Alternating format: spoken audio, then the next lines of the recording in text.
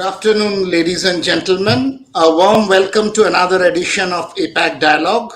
We have with us today our guest, Wing Commander Manush Kumar Bose, CEO of Seven Hills Hospital in Visakhapatnam.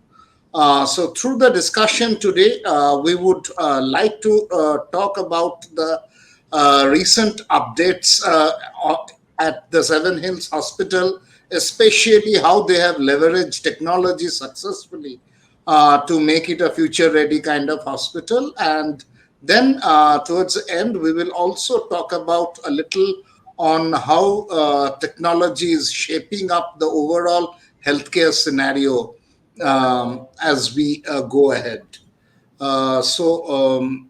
Before we start, maybe a brief introduction. APAC News Network is a media organization which connects different communities together. We are headquartered out of Noida and have a pan-India presence. And our focus segments include healthcare, obviously. Other than that, governance, education, manufacturing, BFSI, and startups. So my first question to Wing Commander Bose will be if you can just take us and give an overview of the highlights of technology deployments that have been done at Seven Hills Hospital, especially keeping in mind making the hospital a future ready one. Over to you, sir. Yeah, thank you very much for the introduction and very good afternoon to all of you. Seven Hills Hospital, the one which is in Vizag, it's about a 35-year-old hospital, and it's been in here in the inception since 1989. And I'll just give you a brief outbreak because unless and until I give you the background, things will not be very clear. In the year 2018, this particular hospital went under insolvency. Why it went under insolvency was because the one hospital which is in Mumbai, which is also the Seven Hills Hospital, a 1,500-bedded hospital, had an issue with the fundings, and the company, as Seven Hills Healthcare Private Limited, went under insolvency. So ever since the end of 2018, things have been taken over by the NCLT. And the hospital is being run by the insolvency resolution professional, headed by the resolution professional gentleman from Delhi. So that's the background. And as of now, I took over this hospital as a CEO in November 2021. Now, when I took over this hospital in the year November 2021, since then, my endeavor has been to ensure that all that had stopped here in terms of progress, in terms of development, in terms of, technological innovations, all of that to be brought forward so that the Seven Hills Healthcare Hospital, which enjoyed a very prime time here in Vizag because of its being the oldest corporate hospital, to bring it back to its former glory. Now, that's a very tough task to be talking about as very well because this hospital, as I said, being a 35-year-old hospital, and subsequently as the focus shifted from here by the owner and the company itself to Hyderabad, this particular hospital had taken a back seat.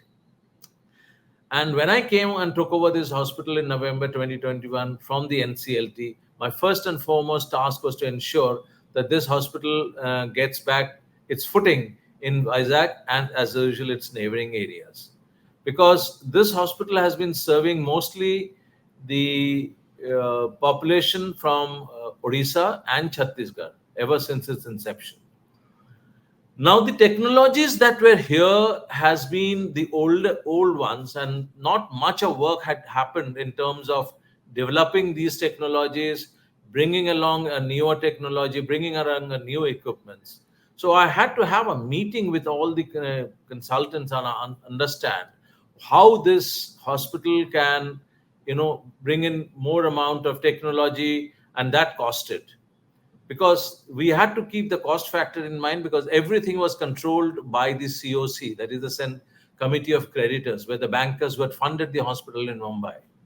So we had a wide discussion with the consultants. I went around the hospital trying to understand where the gray areas are, which is the area of focus for which we can do some kind of, you know, make a priority, understand the need in terms of what would be the operational excellence and what would be the long term benefits of this hospital, not to forget the, you know, return of investment that the committee of creditors would be looking at.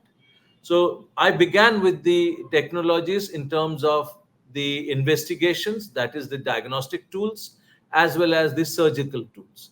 So we took a kind of a survey of the entire hospital, a one-to-one understanding of the requirement with each of these consultants, and subsequently we made out a list of priority in terms of need, priority one, priority two, and priority three, and that was submitted. So subsequently, my first and foremost was to ensure that the diagnostic tools as well as the surgical tools are, you know, brought in, which had been aged by now. Subsequently, enhance them either through repairs, renovations, or absolutely a newer ones.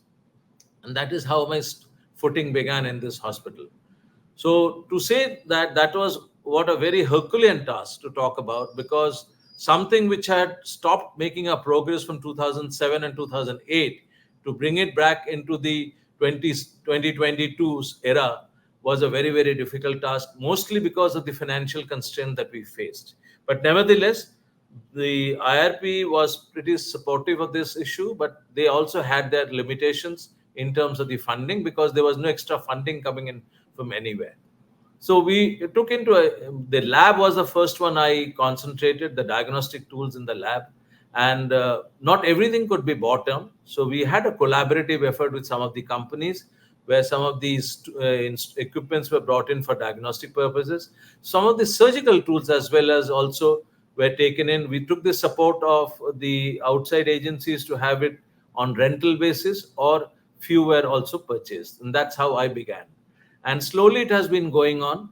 My focus, of course, has been mostly on patient care, and patient care alone, you would understand, that doesn't help through the infrastructure and through the equipments, because patient care has to have a lot more meaning just to have an infrastructure, or to have an infrastructure and equipment, and that is where my focus lies. So just to give a glimpse, that because when I took this hospital as a CEO, the rating of this hospital was pretty bad, and now as it stands, we stand at 4.1. So that's been a progress that we have made in terms of surgical interventions, diagnostic interventions, and in terms of patient care, patient safety, all of that. So that's been one of my foremost journey, and for that it has to have had an holistic approach, not only the development of infrastructure and also equipment, but also staff training in terms of how patient care and patient safety is to be catered for. Thank you, and I must congratulate you on the on your endeavors. Now, two clarifications. I'll come to specific areas, but my first question is: when you were taken over, obviously, one, there were financial constraints faced by the hospital, as you mentioned. Two, even the management of the hospital, so as to say, was with MCA, and the whole imbroglio emerging out of there. So, at the It was with same time, as you mentioned, it was with NCLT. NCLT. Okay. So, also keeping in mind that your hospital caters to a large portion of Odisha and Chhattisgarh, as you mentioned. And so, keeping in mind, you have to keep the expenses for the patients also to a minimal, I would presume. And when you are updating the diagnostic and the surgical tools from a 2007-8 level to 2022 level, that cost, that's a cost, major cost involved. Now, how do you reconcile these two things? The first thing was, see, you have to carry out investigations when you are carrying out an hospital operations here. So many of these things which were outsourced, or, you know, a third party, that where we plan to do it in house. But I had to keep also in mind, now when you go to a third party to, you know, undertake an investigation which the patient requires, there is a costing involved, a cost sharing matter. Now, when you do it in house, obviously you have to. What I did was I said,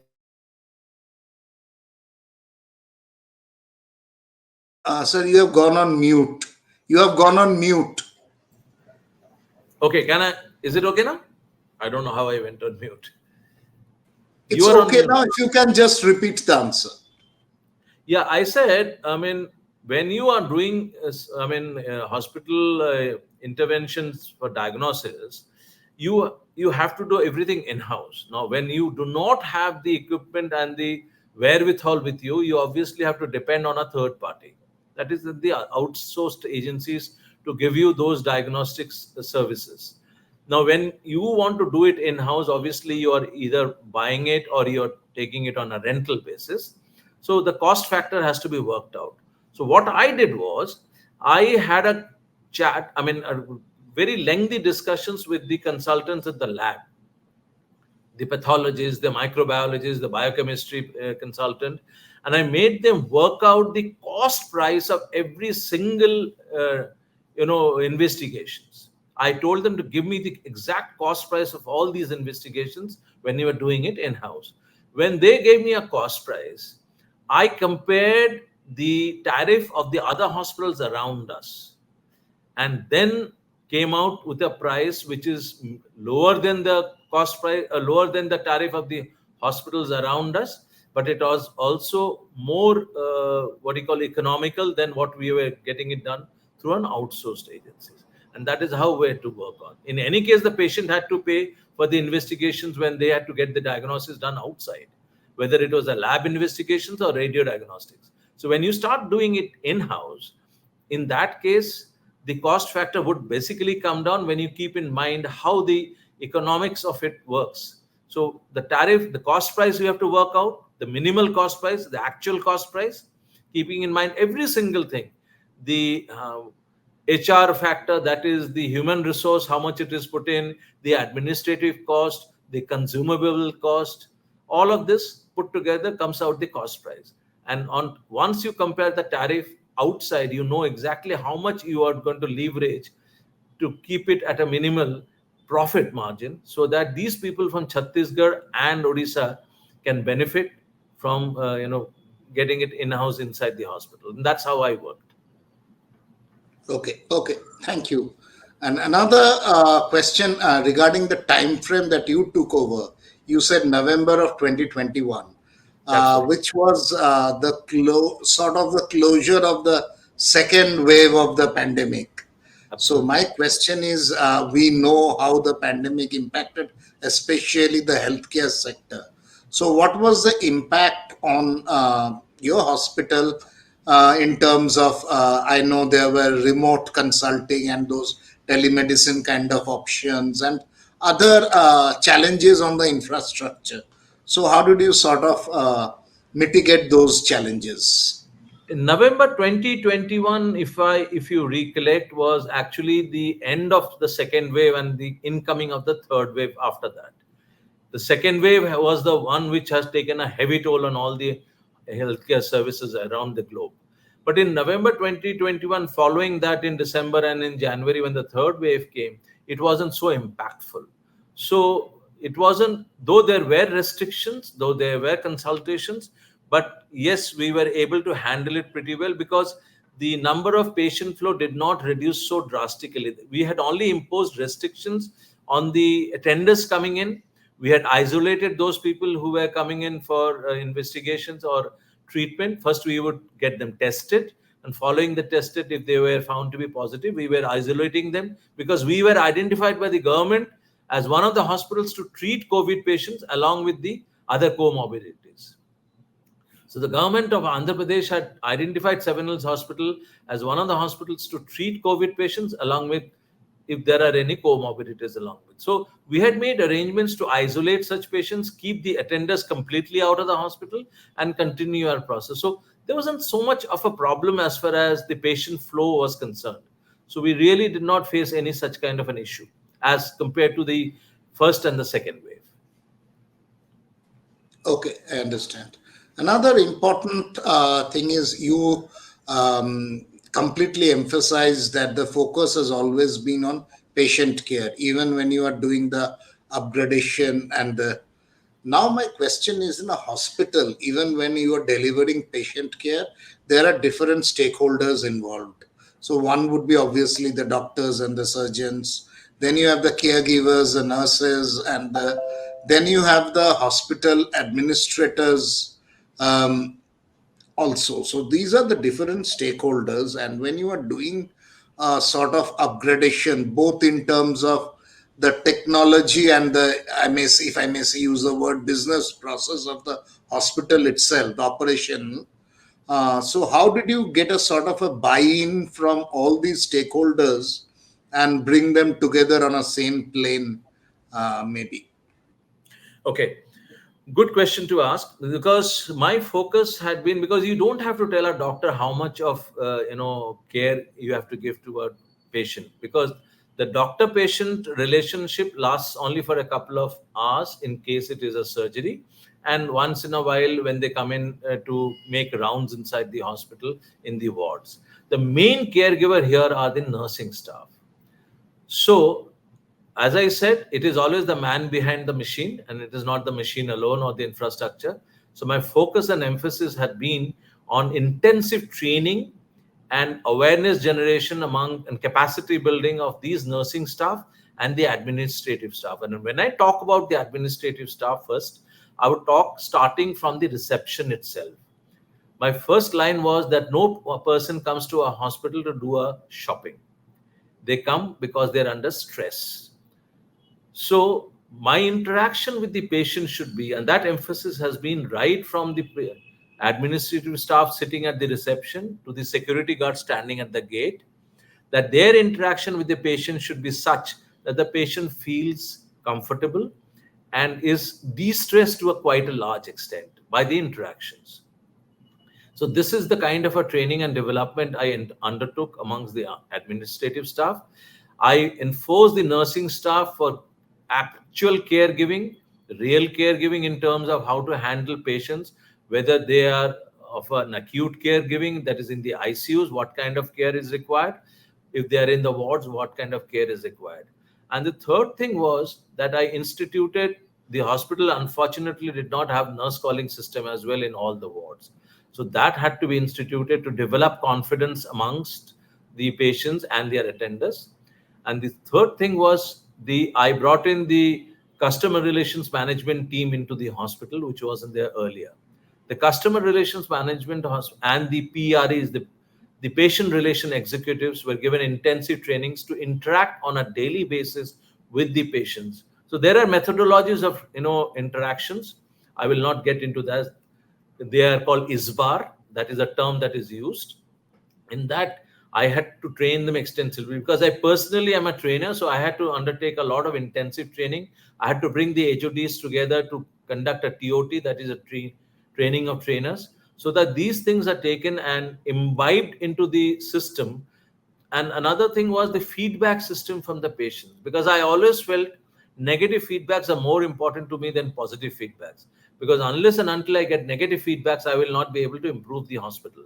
So I had designed the feedback system. Unfortunately, it was not an electronic one, which would have been the best one to do it. So we had to resort to hard copies. So these hard copies, on the day, there were three of them. One was the OPD patients. When they're leaving the OPD following their journey in the hospital, they would give their feedback in a written format, which was yes or no maximum, or the numbers in terms of 1 to 5 ratings. And second one was, as soon as the patient are admitted on the first day, their experience in the hospital through various questionnaires, and the last day of the hospital when they're going on a discharge, what has been their experience. So these feedbacks were analyzed to ensure that the patient care is enhanced. And the patient also did feel, because the PRA's job was to do this, and the CRM's job was to basically analyze this and then interact with the patients after they are discharged to find out how they are doing, what has been their experience, whether they are following whatever the advice the doctors has given. So this was a confidence building measure amongst the patient, which enhanced the patient care and patient safety, one. And second was the nursing care, which had to be enhanced through training and interactions. Okay, so both the exercise done with the CRM as well as with the PREs, you must have gathered a lot of Data, insights from there. data. So, how have you been planning to now going ahead when you have sort of updated the hospital almost by a decade and a half? How have you been sort of leveraging those insights for further modernization of the hospital? See, there have there this hospital as of now, as it stands in terms of, if I talk about infrastructure, there are a lot of things to be done, and unfortunately, the present infrastructure is something which we cannot.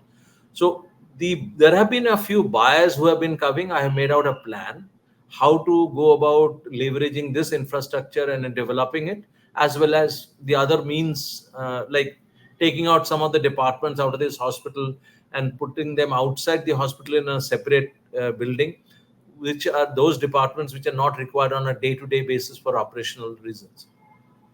For instance, if you talk about the HR or the marketing, these kind of departments which can always operate from outside, as they are not required, and these spaces that are available in the building, you would appreciate that anything to be done is not possible at this point of time. I can only have a plan. But the other thing that I have been doing is, yes, whatever is available within the resources, like there was no CT surgery happening in this hospital. I had to restart the CT surgery department, and they have been doing pretty well. For the last, we started off in December 2022, the CT surgery department, CTVS surgery. So the CTVS department started off in December 2022. So that has been one of the major achievements. A huge development has happened in the intervention radiology department, which has been doing significantly well in various kinds of formats, intervention radiology. The third was enhancing the burns department, the burns ICU and the burns ward. Other than the government hospital here, we are the only hospital which has got a burns department. So, and fortunately for us, we have one of the very good plastic surgeons available with us who has been doing significantly well. So, I have made out a plan other than what is not possible to be done now, to be developing in terms of infrastructure and equipment, which will be submitted to the new incumbent as and when it happens, which we are hoping to have in another few years from now. Within the limitations of the present state, as I said, we started the CTVS surgeries. We have started we have renovated some of the infrastructures for better patient care. We have bought whatever little bit of equipments, and this is how we have been leveraging whatever is available with us right now. Okay, okay. So, you mentioned some of the things, the intervention, the radiology department, the city surgery development. So, in terms of the initially, um, you mentioned about the both the diagnostic and the surgical tools that you have brought about. If you can elaborate beyond these two on the other tools that have been updated now at the hospital, and in terms of how are you ensuring, because as a hospital, while you are working under a sort of a, if I may say, a handicapped situation, but how are you ensuring compliance with different regulations which are there in healthcare? Regulatory compliances are something which we cannot do away with. So you have to comply with those regulatory compliances, whether in terms of radio diagnostics, lab, all of these has to be compliant. And secondly, we are also NABH accredited. We are also NABL accredited. So these compliances are there. So we are not, in the recent last year, February, we got our NABH re-accreditation done because the accreditation had got over. So NABH, we did a re-accreditation in NABH. We have also done our NABL, our lab is NABL accredited. So that way we are not lagging behind at all in terms of the compliances that we have. Secondly, the diagnostic tools and the other licenses that we are at par with any other hospitals, because we cannot do away not having those licenses renewed. So time to time, whether it is the pharmacy for narcotics, drugs, and other things, for the equipments, for all of these licenses that are required in terms of X-rays, CT, MRI, all these licenses, all these things from the AERB, we are getting it done periodically. So there's no lagging of following of the compliances in terms of law, rules and regulations and the regulatory requirement. Because that has to be done. No hospital can run without complying with the regulatory things, including the fire. You know, all of these licenses are being renewed from time to time.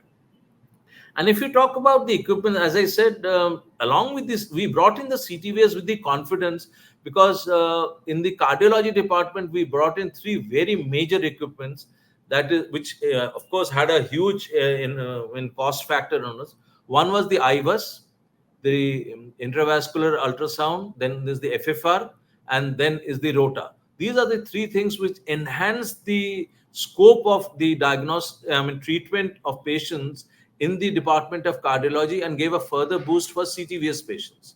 So that was one of the major investment that we had to do in the Department of Cardiology, which certainly enhanced the treatment of patients for cardiology patients as well as getting the patients admitted for CTVS.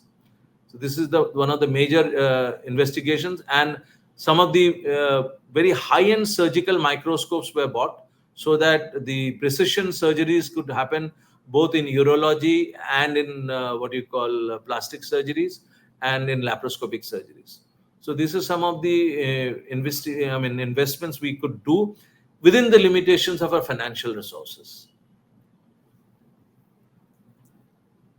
And what are the plans on the anvil in terms of the priority focus areas which need to be done, and what sort of time frame are you looking for it? My first priority would be to get the MRI changed. Fortunately, we could get the CT installed, the latest CT of 128 slices. So we are at par with the CT as far as the most advanced one is concerned. So that has definitely helped the investigations, radiological investigations, as well as the cardiological investigations, because a lot of CT angios are also done. And with this 128 slice CT, we could do everything possible. MRI is pretty old and that needs to be changed. That is my first priority. The second one is changing of the cath lab. The cath lab is now 2014 and 15 installed, so we need to upgrade the cath lab as well as to have a second cath lab for the treatment of patients simultaneously in two cath labs. And of course, there is a list of other things that are required to be done, which I have listed out and I kept it ready. But I've told you, and second, yes, of course, we have, though there were only 4 OTs with us, and these 4 OTs were just normal OTs. Subsequently, we got them modular OTs made. So that gave fillip to all the consultants and the surgeons that yes, now they can do some kind of better surgeries with HEPA filter and everything installed. It is absolutely modern, and so it is a modular 4 OTs. Plus the 2 OTs, other than these 4 OTs which were lying unused, I opened it up for a CTVS as well as for ophthalmology. So my next step would be to increase some more OTs, at least 2 more OTs, so that the number of surgeries performed can be increased and the pressure on the consultants to wait for their turn to do a next surgery because of the number of OTs being less is my most topmost priority. And that's great to know. And how in future, see, in terms of it, just um, not aware exactly about the situation in terms of the tribunal controlling the, so how are the things likely to pan out, and how would your plans alter accordingly to how things transpire? We were in a phase of kind of a disillusionment. I won't say dissolution, but we were a little uncertain as to what is going to happen, because no insolvency period goes for so long, for 6 years. It generally takes not more than 6 months to a year. But unfortunately for us, because of the to COVID situation, this had taken a back seat. Plus, there were a lot of injunctions in the court. But now, if we can all smile and say that, yes, the future seems bright, because we hope that in the next few months of time, the NCLT would be able to hand over this particular hospital, not the Bombay one, but this particular hospital to the new incumbent. And that has been the feedback. So with that feedback and my plan in place, I've already made out a plan as to what all things are required to be done. And I told you, developing of infrastructure, hiring out of an infrastructure, developing of equipments, OTs, all of these things will fall in place. So we are not much worried now, because we have seen the light and the end of the tunnel, and which is shortly going to be in the next 3 to 4 months of time. So I'm sure that things will pan out very easily. So in terms of that, what are the plans on the expansion of the capacity? You talked about infrastructure from the current capacity to what are the plans as regards expansion, as the hospital is likely to see a new management also. As far as the IP capacity is concerned, I am not focusing on that to be increased. My focus is to go on the infrastructural development for better patient care. As I said, from the 4 OTs, building up another 2 OTs, that would be one of the priorities. Having a second cath lab, and another topmost priority would be to change the MRI, and developing the ICUs in a more modular fashion with better infrastructure, like buying equipments like ventilators, defibrillators. All of these things will fall first in place. After these things have been able to be stabilized, we have purchased, when we have understood how the things are working out in terms of ROI, only then we will think about increasing it from our present 275 bedded to, say, maybe 300 to 350 bed. That would be the later stage, not the first priority. Okay, okay, understand. Great, sir. Thanks a lot for the update, and thanks for the information. It was very helpful for our viewers, Thank and you we very are much. glad that you can make it today. Thank you very much. And my apologies if anything I have missed out. No, no, you have not missed out anything. Only I think the internet connectivity at your end was a little, so your picture was freezing at many places. Our Oh, video editor has to do a yeah, lot yeah. of. Same thing was happening at your end. So I thought, it was both ways. Oh, Nevertheless, okay, your picture also froze at times. So, okay, I couldn't see the lip moving. So I could understand the picture has frozen. So I okay. hope I have been able to give you the complete insight of this hospital. And if you wish to know more, Exactly. I'm open to any questions at this point of time. Sure, definitely, sir. We'll do that. Thanks a lot. Thank you very much. Thank you. Thank you.